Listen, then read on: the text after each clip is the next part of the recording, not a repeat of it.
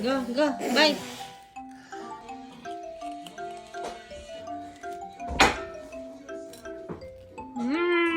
Naisipan ko nga mag-bake ngayon at gumawa nga ng Spanish bread kaya naman nilabas ko na nga itong aming mixer. Nilinisan ko nga muna dahil medyo maalikabok na nga ito dahil sa sobrang tagal na hindi nagamit. At pagkatapos nga nun, nag-umpisa na rin naman ako agad at eto nga naglagay na nga ako nitong 1 cup na warm milk. At ang ginamit ko nga dito is yung fresh milk. At pagkayari ng ating milk is ito naman yung 1/2 cup ng sugar. Yung warm milk nga na ginamit ko is minicrowave ko nga lang siya ng mga 30 seconds lang. At gagamit nga rin tayo dito ng 1 tablespoon ng instant dry yeast. At ito ang recipe na to is nakuha ko nga lang din to sa YouTube. At kailangan nga rin natin dito ng 5 egg yolk at saka 2 whole egg.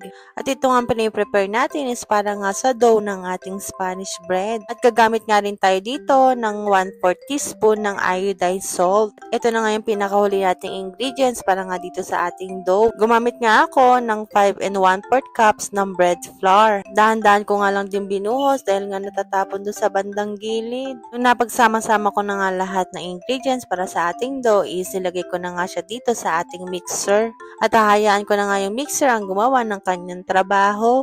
At alam nyo ba guys, itong ang mixer na to is nabili ko nga lang dito yung sa marketplace. Imagine niyo yung ganitong mixer is sobrang mahal nga pagka bibilin nyo ng bago. Kaya nga nung nakita ko tong nakapost na $60 lang, ay sabi ko nga kay Dudong, puntahan na nga at pick upin niya na. Medyo matagal na nga rin tong mixer na to sa amin. At ayan na nga yung mixer, nilagay ko nga lang siya sa number 2. At ni-stop ko nga siya saglit dahil piling ko nga yung sa may bandang ilalim is hindi nga nahahalo. Kaya nga, ginamitan ko nga siya ng spatula. At pagka nga ganyan na itsura niyan, is pwede nyo na nga ilagay yung butter. Gumamit nga ako dito ng 1/2 cup or 145 grams ng salted butter. At hiniwa-hiwa ko nga lang siya ng medyo maliliit. Pagkayari kong malagay yung butter, is binuksan ko nga lang din ulit itong mixer. Napansin ko nga yung mixer ko dito is parang hirap na siyang umikot. Kaya tinurn off ko nga muna itong mixer at inayos ko nga muna to. At the same time nga, dinoble check ko na nga siya kung stretchy na itong ating dough. At makikita nyo naman, dun nga sa itsura niya is hindi pa nga siya ready. Kaya nga binalik ko muna siya ulit dito sa mixer. Pagkayari nga lang na ilang minuto is ready na nga ito.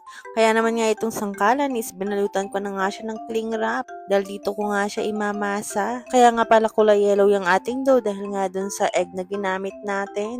Minasa-masa ko nga lang din ito ng konti para medyo mag-soft pa nga siya dahil kung mapapansin nyo, hindi nga talaga perfect itong dough natin. Pero sabi nga nila, trust the process lang. At talagay nga lang din ako ng konting mantika dito sa ating bowl at dito ko nga ulit i-rest itong ating dough. Kailangan ko nga i-rest itong ating dough ng mga 1 oras at antayin nga natin siyang umalsa. Nag-cover nga lang din ako dyan ng cloth at eto nga ginawa ko na nga yung feeling kaya lang hindi ko pala napindot tong video. Sabihin ko na nga lang sa inyo kung ano nga yung mga nilagay ko dito. Naglagay nga ako dyan ng 1/2 cup unsalted butter at melted nga siya. At after nga nun, nisalagay nga rin ako ng 1/2 cup ng brown sugar. Sa tingin ko yun nga lang yung na-miss ko dito sa video na to dahil after nga nun is ito naman ng condense ang nilagay ko. At 1/3 cup nga na condense ang nilagay ko nga dito. Hinalo-halo ko nga lang din ito hanggang sa mag-combine nga silang lahat. At ganito nga yung magiging itsura niya after nyo nga siyang mahalo. At pagkayari niya, naglagay nga lang din ako ng 3/4 cup na breadcrumbs. At ito nga breadcrumbs na to is homemade nga lang to. Kung meron nga kayong mga tira-tirang tinapay dyan, is i-bake nyo nga lang siya. At pagka naging toasted na nga, at saka nyo naman siya i-blender. At ayun, meron na nga kayong breadcrumb. At naglagay nga din ako dito ng 1/4 cup ng all-purpose flour. Hinalo-halo ko nga lang siya hanggang sa maging ganito nga yung kanyang consistency. Pero kung mapapansin nyo nga, medyo dry nga itong ating filling dahil nga meron pala akong nakalimutang ilagay. Kailangan nga rin pala maglagay dyan ng 1/3 cup ng cream. Pwede nga kayong gumamit dyan ng heavy cream, all-purpose flour cream, o kaya naman whipping cream. Late ko na nga talagang naisip kaya hindi ko na nga siya nahabol pa. Pagkayari nga ng 1 oras, ito na nga yung ating dough at umansa na nga siya. Pero ulitin ko, kita nyo naman, dito pala nga sa itsura ng dough is hindi nga siya talaga perfect. Pero tinuloy ko pa rin dahil sayang naman yung mga ingredients na ginamit ko nga dito. Nilagay ko nga siya dito sa chopping board at minasa-masa ko pa nga rin to ng saglit. Medyo stretchy naman siya kaya umaasa pa rin ako na medyo maganda pa rin ang kakalabasan nito. After ko nga mamasa-masa itong dough, is eto na nga, i-divide ko na nga siya. Pag ganito talaga gumagawa kayo ng tinapay is medyo matrabaho talaga siya at matagal. Pero pagka ganitong nasa ibang bansa ka nga is hindi ka nga basta-basta makakabili ng mga ganitong tinapay. Kaya pa nag-crave ka talaga sariling gawa mo.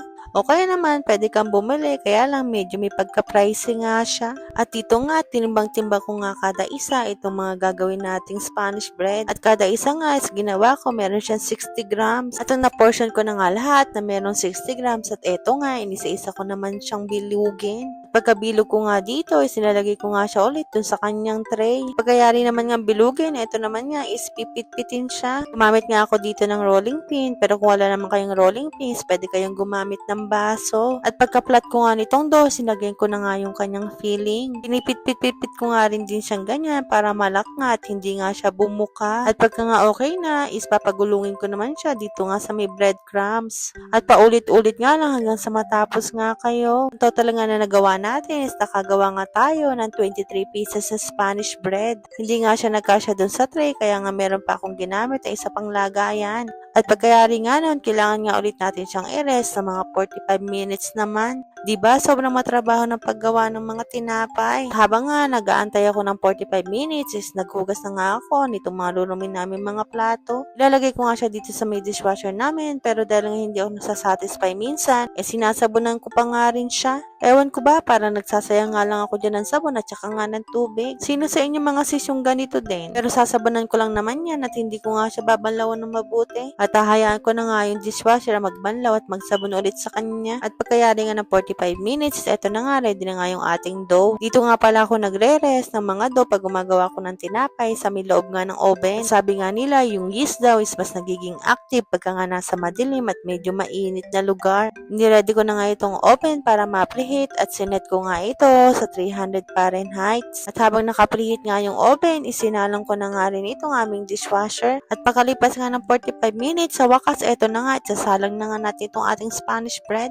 Di ko pa nga sigurado kung paano ko siya ilalagay dito sa oven. Dahil nga, di ba, meron nga siyang sobrang isa pang maliit. Nag-aalala ako na baka pagka sa ilalim ko siya nilagay, hindi nga maluto. Nag-set nga lang din ako dyan ng alarm ng 15 minutes. Pero pwede nyo naman siyang lutuin ng 15 up to 18 minutes nga. Kayo na lang mag-adjust kung sa tingin nyo is kulang pa yung 15 minutes. Pwede nyo nga siyang gawing 18 minutes. Tulad nga nung ginawa ko ng 15 minutes, hindi pa nga siya medyo luto. Kaya naman ginawa ko nga siyang 18 minutes. At eto na nga siya, after 18 minutes, ready na nga. Diba sabi ko nga sa inyo, trust the process lang at eto nga, medyo malambot naman yung nagawa nating Spanish bread. Kaya naman sobrang saya ko nga nung tinignan ko nga na malambot nga yung nagawa nating Spanish bread. At eto na nga yung moment of truth at papakita ko nga sa inyo, pagka nga hinati ko siya, malambot naman talaga.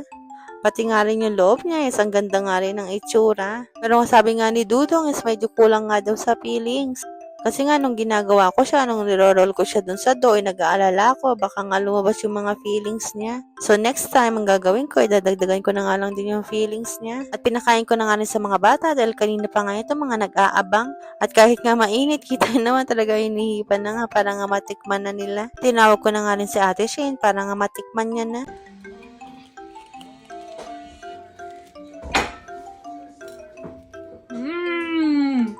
Kita nyo naman yung reaction is pwede nga siyang pang commercial. Commercial ng Spanish bread. At dahil nga kanina, istikim lang yung ginawa ko at eto na nga, kakain na nga ako. Siyempre, nagtimpla nga rin ako dyan ng kape dahil masarap naman talagang Spanish bread pag may ka-partner na kape. Hindi na siya mainit guys, pero malambot pa rin, oh. Oh.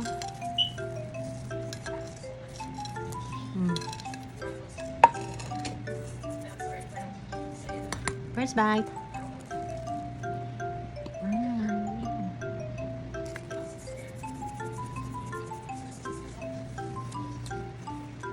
Medyo kulang lang siya dun sa sa feeling niya. Next time. At kinabukasan nga, eto, chinek ko nga itong tinapay kung malambot pa nga. At natuwa naman ako dahil malambot pa nga rin itong nagawa nating tinapay. At yun lang naman for today's video. See you on my next one. Bye! Please don't forget to follow, like, and share.